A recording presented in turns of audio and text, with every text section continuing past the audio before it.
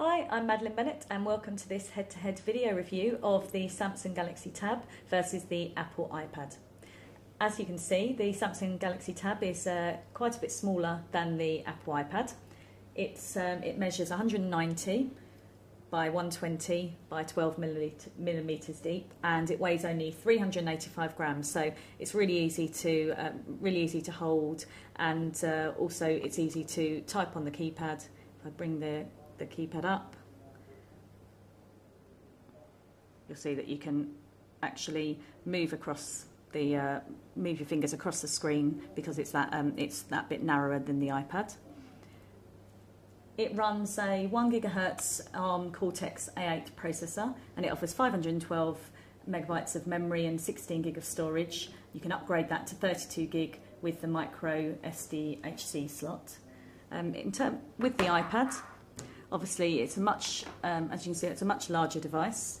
It measures 243 millimeters by 190 by 13.5 millimeters deep, but it's a much more weighty 730 grams. So with this device, I definitely found that after a minute or so of holding it, I wanted to find a surface to put it down on or use it in my lap, unlike the Galaxy Tab where it's light enough that you can hold it for long periods.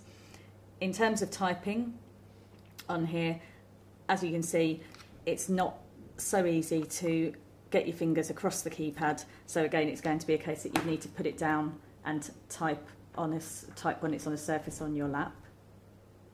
If we go back to the home screen. The iPad has a 9.7-inch 1024 by 768 LED backlit screen. This compares to the Galaxy Tabs, which has got a 7-inch screen, resolution of 1024 by 600. So they're pretty comparable, but the iPads is a slightly more crisper, as you can see with the two displays here. The iPad also runs a 1 GHz processor. It's Apple's own A4 version, and it comes in a 16, 32 or 64 gigabyte capacity. And both devices offer Wi-Fi, 3G and Bluetooth for their connectivity. In terms of the battery life, Apple's iPad runs to about 10 hours, whereas the Samsung Galaxy Tab, in our test, we found that a single charge would last you for a couple of days of use. Samsung quotes about 7 hours for video playback, and so quite a decent battery in the Galaxy Tab. The couple of key things that the Tab offers that the iPad doesn't. So firstly, we've got the ability to view flash videos. So if we go into the BBC site,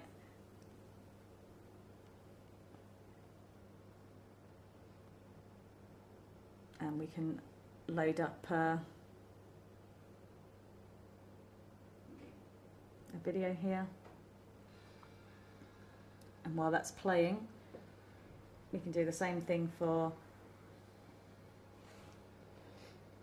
the iPad.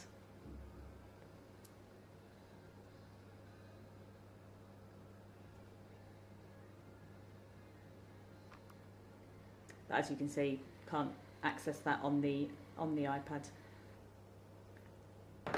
However, the iPad does have a nice video player. So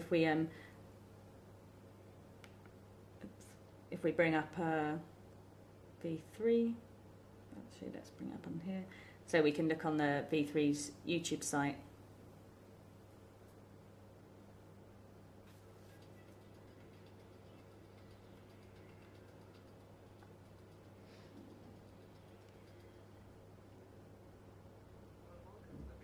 And it is an excellent display. So iPad definitely wins there in terms of video playback. Another couple of things to point out on the Galaxy Tab is that it offers phone capability. How much you'd want to use this for a phone, I'm not sure. I wouldn't really want to be walking around holding it to my ear, but you can use it through the headphone jack on the top of the device, or you can have it on speakerphone. The Galaxy Tab also offers multitasking at the moment.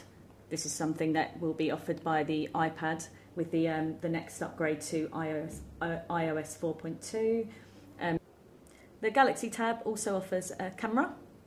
So you've got a 3 megapixel rear facing camera and a 1.3 megapixel front facing camera. It also offers a video camera, and you can also do full HD video playback. The Tab runs Android 2.2, so you've got access to the Android marketplace with the thousands of applications that you might want in there. With the Tab, you can also upload your own files, Word documents, music files, etc. Through the proprietary Samsung connector on the bottom of the device.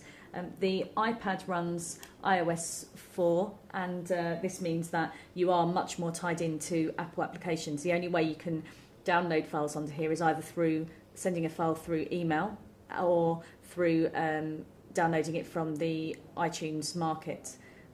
Although there are specifically applications for businesses in here, so you've got quite a wide range of business applications in the iTunes Market that you can make use of.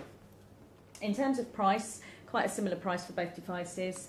The Samsung Galaxy Tab is quoted at around £499, but this comes down significantly if you sign up for a 3G data contract, whereas the iPad, this version of it, which is the 16 gig 3G version, retails at £529. So I'd say overall, depending on your preference, the iPad, very nice for video playback, and a good device if you just want it for in your lounge or in the bedroom as an alternative to a laptop. I'd say the Tab is probably better suited for people who are looking for a tablet on the move, something that's small and light enough to hold in their hands and type while moving around.